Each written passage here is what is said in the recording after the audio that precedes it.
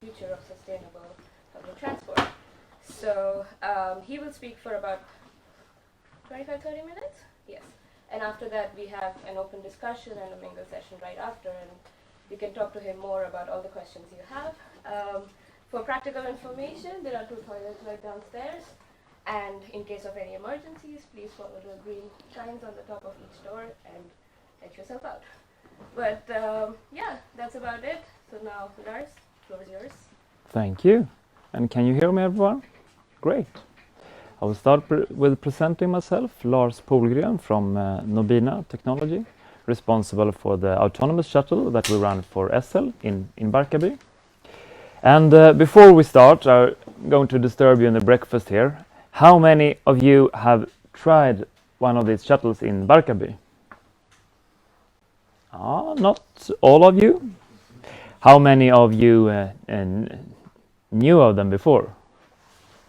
That's good. then you all have some background. But and I will start with not talking in here. I will start with a short presentation video of what we are doing, and that is teamwork from Nobina and the municipality of Järfälla and the politicians and SL. So let's see if this is working.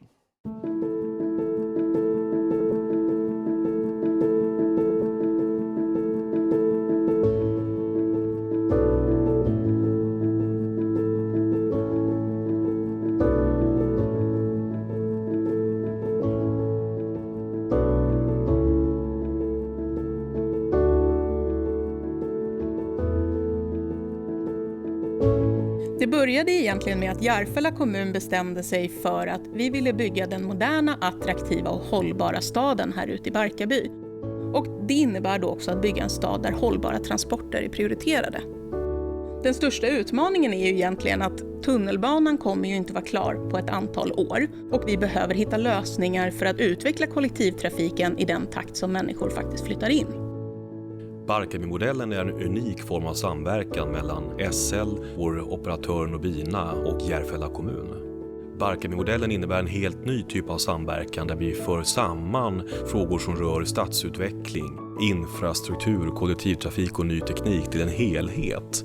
Jag inte bara hoppas utan är övertygad om att Barkarby-modellen blir en modell för hur vi gemensamt bygger morgondagens stad. Där vi ser till att göra rätt från början, vi samverkar och förstår att alla måste bidra för att alla ska kunna vinna.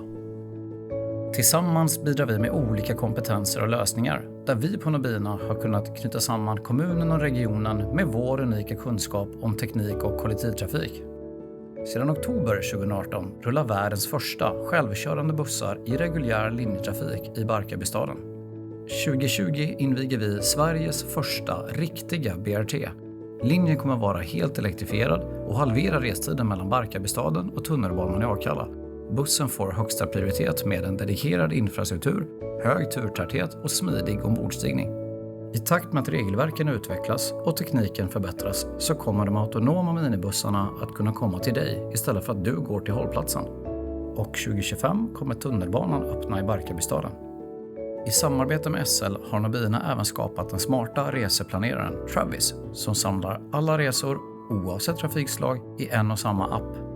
Tekniken är egentligen bara ett verktyg för Barkarbystaden. Det unika är samarbetet. Hur vi alla har bidragit från början och tillsammans bygger vi nu en smart stad på riktigt.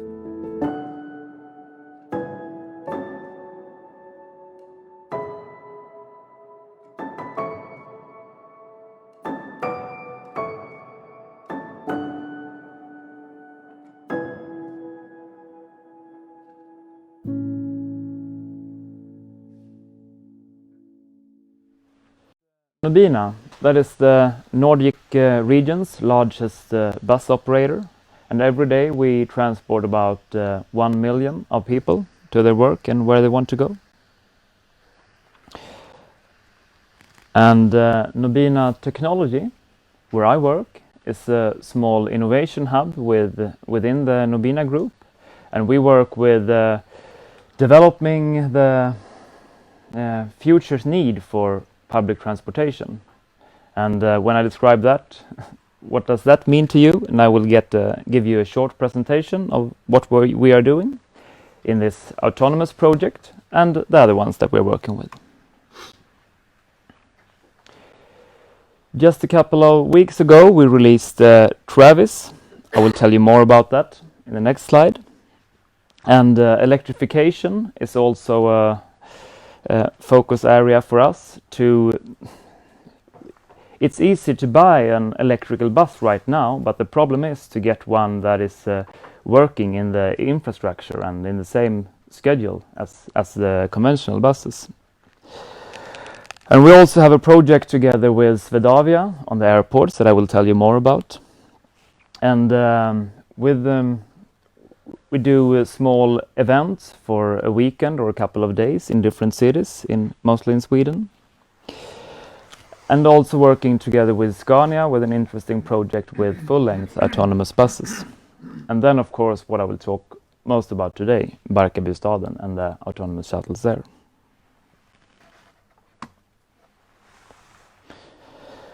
What is Travis? You could say that it is a digital travel assistant that plans your trip from where you are to where you want to go. And you may ask, okay, what is the difference if you compare to SL and their app? And the thing is that we combine different ways of transport, so it finds the cheapest or the best or best for the environment for you.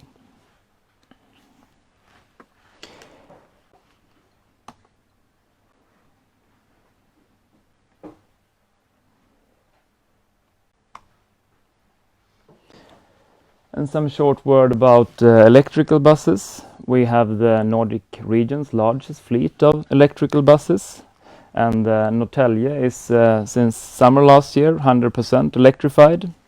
We also have similar projects in Landskrona and Ängelholm. And as I mentioned before, it's not a problem buying an electrical bus, but a problem is using it in public transportation.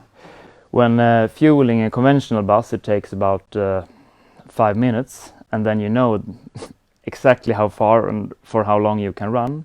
And for the electrical bus, you need to think more about charging, and that you have the infrastructure is good enough so you can get sufficient power to charge the bus.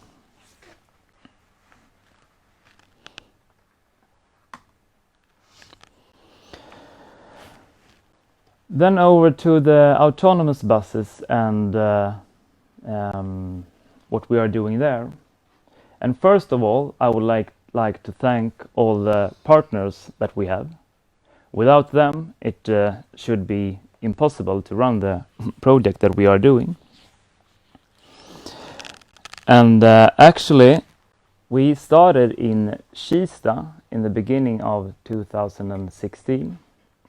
And that was interesting in that way that it was the very first time autonomous shuttles were running on public roads here in Sweden.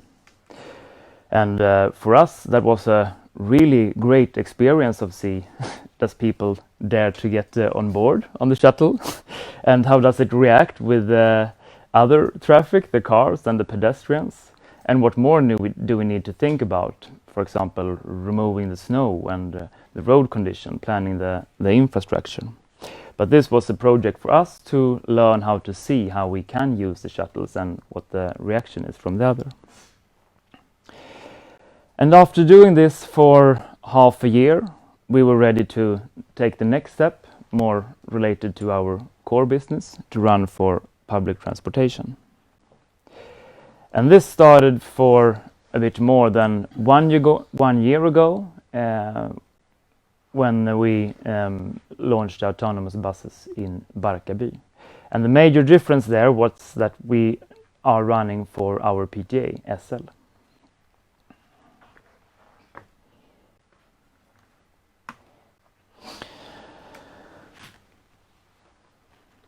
Why are we doing this kind of project? It is to continue operation and development of autonomous shuttle, and it is also to catalyze integration for autonomous shuttle in existing public transportation. and to increase the availability for shared and sustainable transportation. And we will also promote collaboration between operators and academia and city. And that is a great example for that with a network that we have together with KTH and the municipality of Järfälla and the PTA SL. And also as an input for new legislation for autonomous system. I will get back to that later, but today we still have an operator on board with the same responsibility as a regular bus driver. And of course, it is an autonomous bus, so we do not want the operator on board, but then the legislation also need to be adapted for that.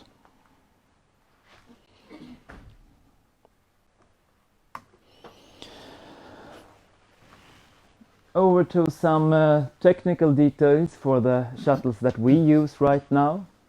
The vehicles are from a French manufacturer, EasyMile, and we at Nobina are building the technique for making it possible to use them.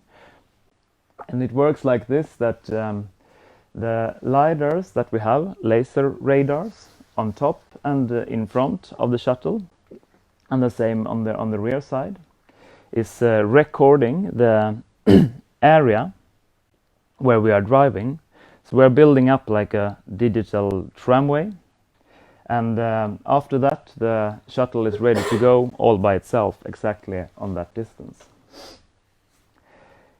We are allowed to run at a maximum speed of 20 kilometers per hour, and the possible maximum speed is is a bit higher, but this is the limit from Transportstyrelsen, and also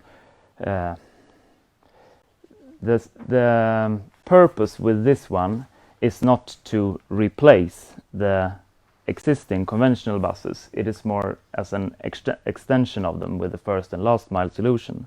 And then we think that 20-30k, something like that, is absolutely good enough.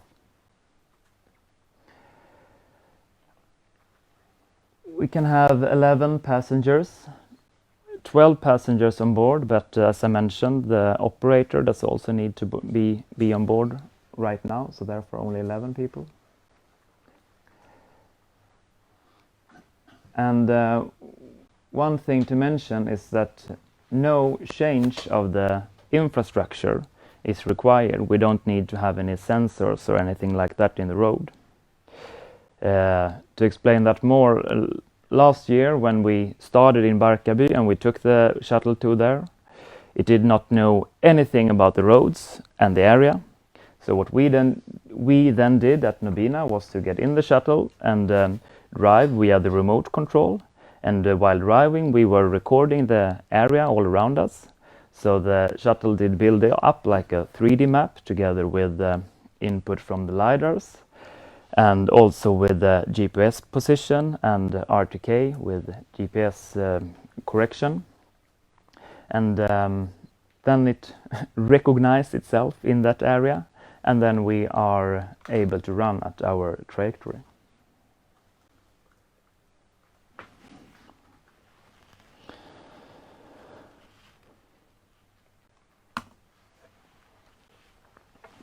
Then some more details about Barkarbystaden. A few of you have already been there trying the shuttle. Maybe some more of you have been there at IKEA or the outlet in Barkarby. But it is the largest city growing area in Northern Europe. And it will also be a connection hub for Stockholm and Mälardalen.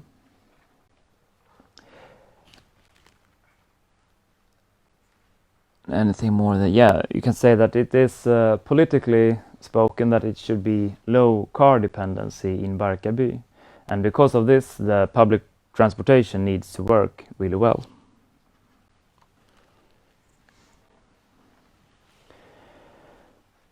If you look at the forecast and how many inhabitants we have in Barkarby right now, 2013 no one was living there, or the first people started moving in. and today it's about 7,000 people. And when it is fully grown, it will be around 40,000 people living in the area. Was it the right slide? Yes. So this sets really high demands for the public transportation.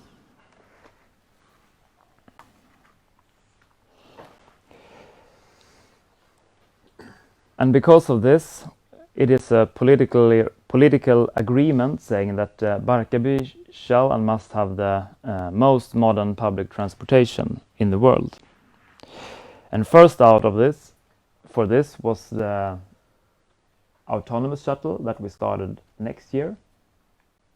And what will happen then until 2025? I will not show all the slides, but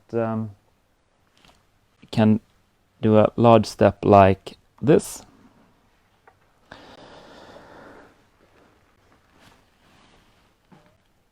Then I think that the autonomous shuttles that we are using won't be on a fixed trajectory anymore. We will have a fully grown on-demand solution that will feed persons going from their home to the next connection hub. And the next connection hub in this case can be the BRT, connecting with the commuting train at Barkarby station, or on the other side, Akalla.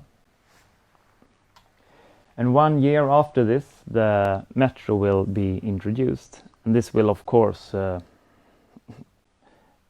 be a big help for the public transportation.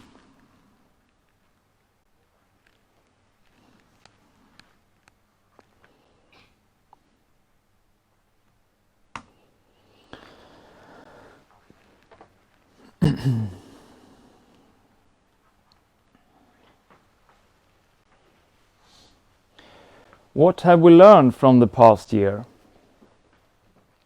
And we see that people are willingly to go on board and use the shuttle.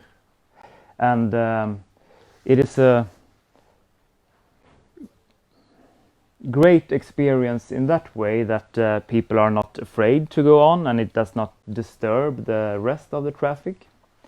But and with this first route or trajectory that we use, the main purpose was to try this out and see if we are able to use it for public transportation. And that we know, but to really make it better, I think we must increase the speed a bit, and we also must go to where passengers need to transport, not in the outside of the residential area.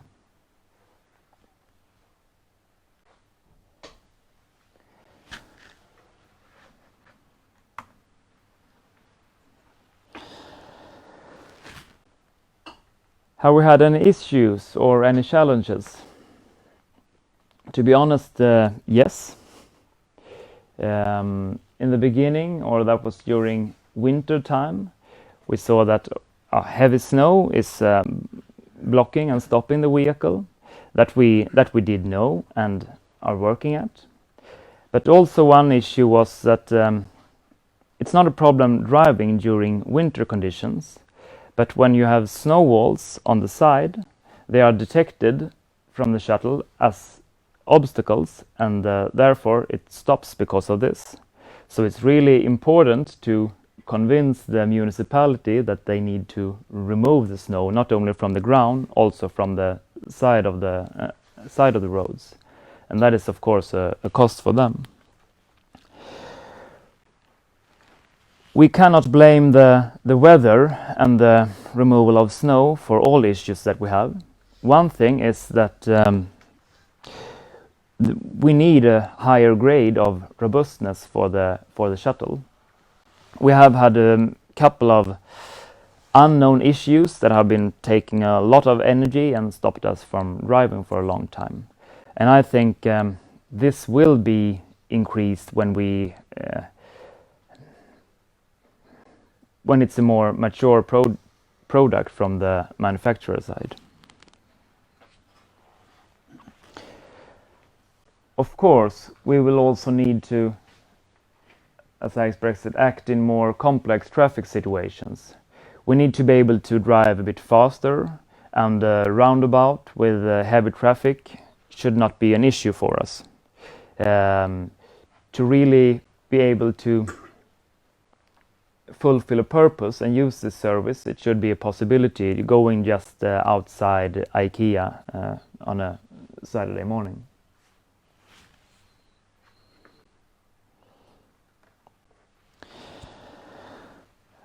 And also one thing, modularization, and it's how to combine these kinds of services with the rest of the public transportation. How to combine it in a best way with going by a kick scooter or a commuting train or a rental car to get the fastest trip.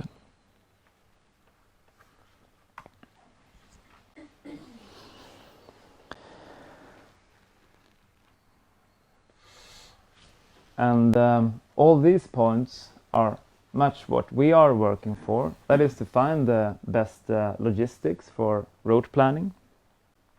And we also want to have an app that fulfills and gives you the possibility for an on-demand solution. So it detects where you are, and not as a taxi service that it comes directly to your door, because that will be too expensive, but that you have a large number of fictive bus stations, so that it finds the way closest to your door and the best optimizing of the route, picking up your neighbors that would like to go almost to the same place. And we will also work with the communication with the shuttle, and I see that as a requirement if you want to use no-op driving, that you are able to, from a control tower, control the vehicle, not only one vehicle, the fleet that we have for about 3 to 6 vehicles, and it should be possible with manual operations from there, and that also that you can communicate with the passengers inside the shuttle.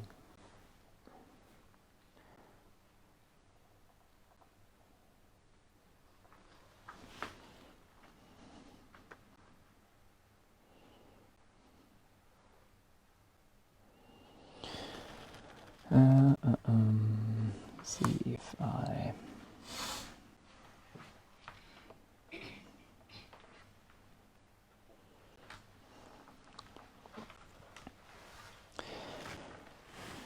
And how are we going to do that? To do that development, we see that it's hard to do that in Barkarby, because there we have the operation for the PTA, SL. What we would like to do is have a separate area where we can work with the technique. And then over to our next cooperation together with Swedavia, so that we want to stay on the air side. That makes we will have a small playground with a restricted area where we can try and develop and verify the new technique, and then bring that to Barkarby.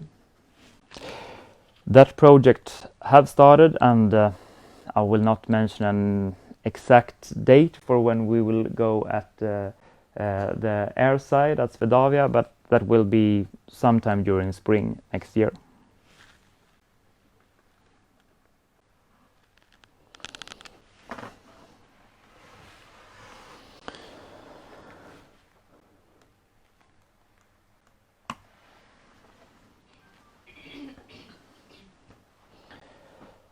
As I mentioned, we have a specific route that we are running on, and the first one we use now is more for verifying that it's possible to run for public transportation, and we want to optimize this for satisfying the passengers' need better. And from Nobina's side, we have made service and analysis to find the best way, and we also have a cooperation with KTH here. When you are using I think it's better that you tell me about the technique, but with tool for optimizing and finding the best way. So this is also a great input for us.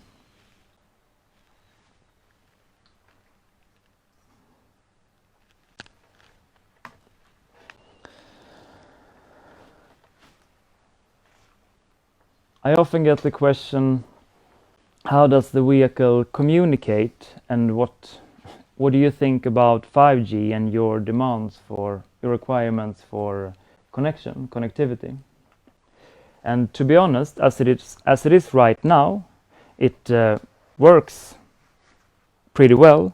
We have the 4G is absolutely good enough. But what we see when having more sensors in the shuttle, and that will be there already from the next generation, that will also give a higher amount of data. And that is one thing, and also the communication that we have with the passengers on board and with the control tower will, with the HD camera and communication with the passengers on board, will require better communication. And of course that we have free Wi-Fi for all passengers also brings that demand.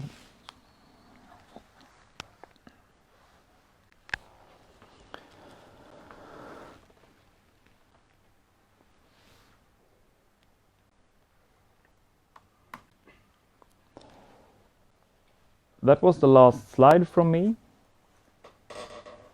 I don't know what I have missed right now, but feel free to ask questions. Can you say something about the ridership that you have had currently on this service?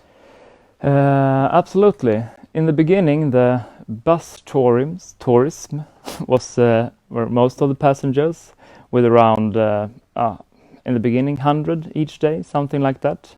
And that has decreased during springtime. So today it is 30 each day, something like that.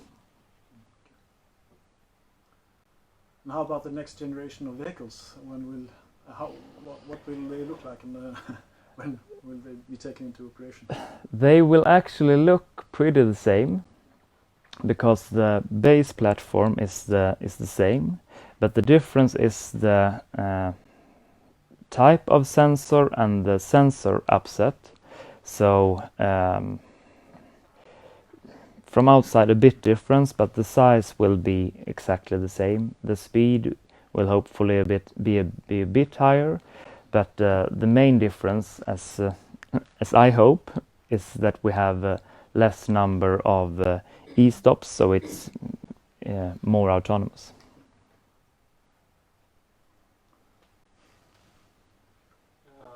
Are you in any way involved in training the algorithm for driving these vehicles, or is that only EasyMile?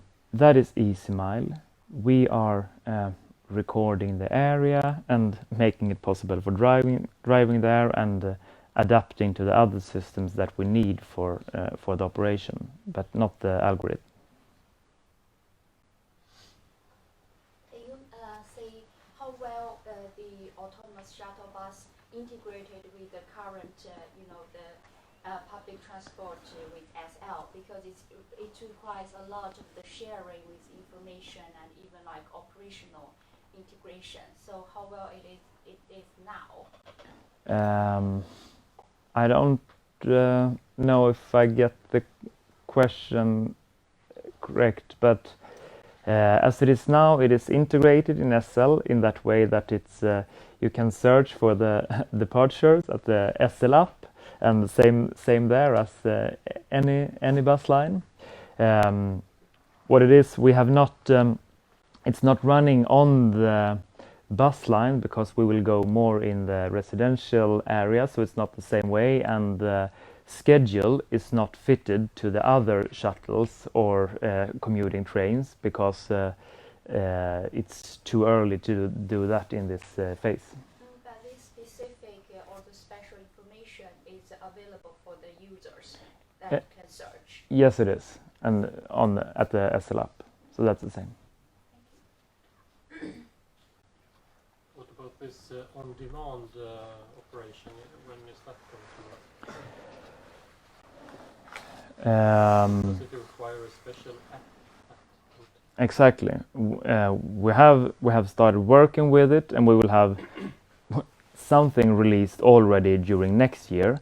But then it won't be a fully grown on-demand system, as you saw on the picture there for 2025, when there are small shuttles running all over. So we will take it step by step, and the first thing will be to have the trajectory that we have today and divide it in more bus stations, and then that it's possible for you to order the shuttle to the bus station closest to you. And then the next step will be with an intersection, so two bus lines, and after that more and more of a fully grown spider web for the area we are operating. You will increase the number of vehicles? That is also related to that, but first show that it works with the same number of vehicles, and then take it step by step. So in terms of this on-demand, because of alignment and of passengers aligning and so on and departing, there will be some variability in the schedule of these autonomous buses. How does this integrate with the, what do you call it, travel planner and things like that? And how do you plan to combat that? So when I make a trip plan and try to incorporate this into my trips, and maybe not in the end, but somehow connecting to things, so I have to actually be at a specific time point. That is absolutely a challenge, and as I see it, that's not really related to the autonomous shuttles. We build up the network and on-demand solution that works there, and then it's more up to the Travis app with modularization to optimize and find the best way, combining both shuttles and conventional buses and commuting trains. Yeah, I guess. Okay. I don't have. I just think that the control of the autonomous vehicles should be somehow interlinked. Actually, not modularized, but actually interlinked. So maybe some of the schedules have to be constructed so that they take into consideration the demand for connecting certain points of many people, or So I'm just, okay, fine. I'm not sure if I can explain it further, but or better. And to be all honest, I don't think we are there already now. As I said, we are working with finding the first on-demand solution, and after that, the next step will be to increase the grade of integration and flexibility with the rest of the transport system. Okay. When do you predict you will be able to have a remote driver? According to the legislation, it is okay already today, but I do not want to hurry this, because I want to make sure that we can do it in a safe way before that. So I would say sometimes during 1.5 years away, something like that. I don't know what was first, but. Do you already have some kind of remote monitoring or remote assistance of this, or is it all due to the operator? We do have remote monitoring, and with exactly the same shuttle, we have seen in a restricted area that they are using no-op service. But to use it in our case, in Barkarby, it needs a lot more, because then we have the mixed traffic there and e-stops because of that. So we can use the security cameras for seeing inside the shuttle, and we are also able to communicate with the passengers on board, and we are able to stop the mission that it's running on, not able to start yet. And we are able to see where the shuttle is and where it's going and in what speed.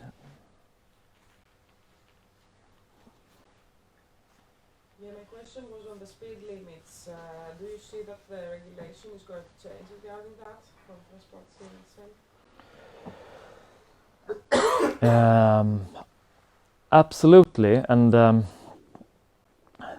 now I realize that I forgot to mention a few words about the other project we are running together with Scania with full-length buses, and they must of course go faster than 20k, so that's not a definitive limit, but also there to take it step by step, so when we can prove that we can do it in a safe way, the transport authorities will not have a problem with allowing that for us. But for these kinds of shuttle, I think the optimized speed is 20, 30, something like that. Where are you going to run the Scania bus experiment? It is a project that will start during next year in Barkarby on the BRT road connecting Barkarby with Akalla. Okay. Sorry. Will you be driving people at Arlanda, or is it just an experimental area? And to be honest, I'm not sure if it will be Arlanda. I think it will be Bromma Airport instead. And there will be two parts of it. One with our tech development playground and no people there, and we will also have some kind of operation on the air side with transporting people. Yes. Thanks. Do you have to charge vehicles throughout the day, and how's that integrated into its operation? It works like this, that we have today 2 shuttles running at the same time, 12 hours a day, and in our fleet we have 3 vehicles, so 2 are driving and 1 charging. And that is also a bit tricky, because it can run for, the exact answer, 5 to 10 hours on 1 charge, and that is quite a large difference. And it depends really a lot of how much you're using the AC or the heating system, because that consumes as much as energy as the transportation. Albin and then Thanks. Okay, so maybe a difficult question to answer, but I'm a bit curious about the long-term business case in this. So let's say this 2025 scenario, you have on-demand services with autonomous shuttles, no operator in it. Like, have you made any estimations? Is this much more cost efficient than providing the same level of service with traditional public transport, or should we see this as a completely new mode? Or as it is right now, to be honest, it's not cost efficient. So what we need to do is to be able to remove the operator, and then if you are using this one for transporting people and then maybe goods during daytime when you don't have so many passengers, you can combine them, then you can find a business case. But this must absolutely change. It's not enough just to have 3 shuttles and running in Barkarby and think that's a good business case. And exactly how it looks, I don't know, but removing the operator, that will absolutely help. And also with on-demand, so you aren't using the vehicle when it's not needed, that does also help. Both from cost efficiency and environmental reasons. Do you have to, when you have the full-size autonomous bus, do you need to adapt the depot to have it there? That will be Scania's headache, because they are running the project, but yes, we need to do. As it is right now, when we are not able to drive the shuttle faster than in manual mode, it's 5 kilometers per hour, and otherwise it's 20. We need to have the storage really close to the area we are operating. And now, in the first test from Scania's side, they will use the storage that we have about 5 kilometers from there and drive in manual mode from where they start to the operational area. And the adaptation must be that you have power enough to charge the bus.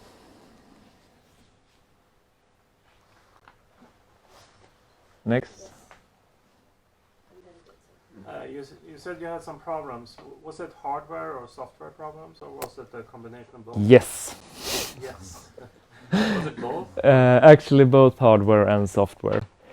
I would say mostly hardware issues, actually, that they are not fully grown vehicle manufacturers. You get a lot of small issues because of this.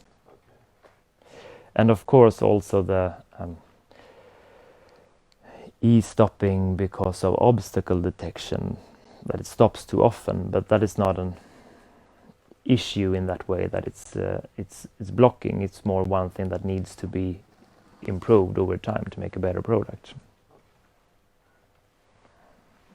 Yeah, so for the business case, one cost is actually charging the vehicle when you cannot use it for anything, goods or people.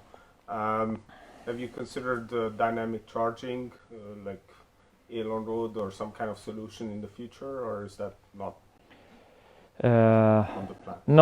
Not in the plan for the short term. What we need to do then is to make faster charging possible. Today it takes about 5 hours to get it from 0 to full charge, and if we can half this time till 2 hours, something like that, it would be much better. So the main focus now is to get a fast charging when we in the storage.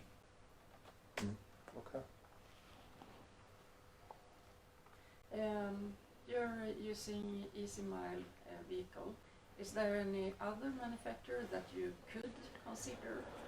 Yes, we have considered other manufacturers also, but now suggested to continue with EasyMile. They look quite the same from a technical point of view, and with the cooperation that we have right now with EasyMile, I think that's the best way to continue during the next half year. Maybe following up on that a little bit, what would be the perfect solution from the marketplace or from suppliers? Would it be something that's fully integrated where they're doing software, app, hardware, charging infrastructure, or would it be more nicely modularized systems with APIs, or like what would be the perfect thing to just go out there and buy? I think from the manufacturer and from the supplier side, they are going over more and more to be a autonomous platform partner. It's hard to combine both the autonomous platform and the vehicle manufacturing. So I think we will see this division. If you would do an international benchmark on cities with similar projects, where would you go to learn or to do discussions, to exchange experiences? I'm glad if you tell me. We have looked for other cities, interesting projects going on in UK, in Denmark, and in Finland. We have looked mostly in the Nordic region right now. I think Singapore is also leading in that area.